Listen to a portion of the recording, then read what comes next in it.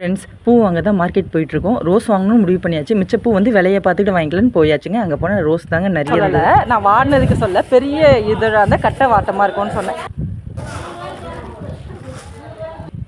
இந்த கலர் இது கலந்து கொடுங்க. வேற ஏதாவது பூ கலக்குறீங்களா? இது எல்லாமே அதே தானா? போடுங்க போடுங்க அப்பா, அதே போட்டு கொடுங்க. போடுங்க போடுங்க, எது வேணா போடுங்க.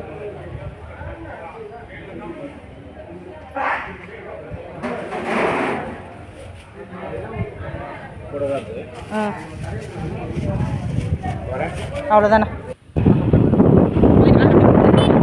அப்படியே வாங்கிட்டு வரப்போ அந்த ரிப்பன் ரோஸ்லாம் இருக்கும் இல்லையா, அதையும் கொஞ்சம் வாங்கிட்டு வந்துட்டேன். எப்படி நம்மளுக்கு தோணுதோ வீட்டுக்கு வந்ததுக்கப்புறமா அது போல் நம்ம ஐடியா பண்ணி கட்டிக்கலாம்னு சொல்லிட்டு நான் கொஞ்சம் கலரில் ரிப்பன் ரோஸும் வாங்கிட்டு வந்துட்டேன். ஃபஸ்ட்டு கோல்டன் கலரில் இந்த ரோஸை வச்சு தான் நான் வந்து முதல்ல வெண்ணியே நான் ரெடி பண்ணேங்க.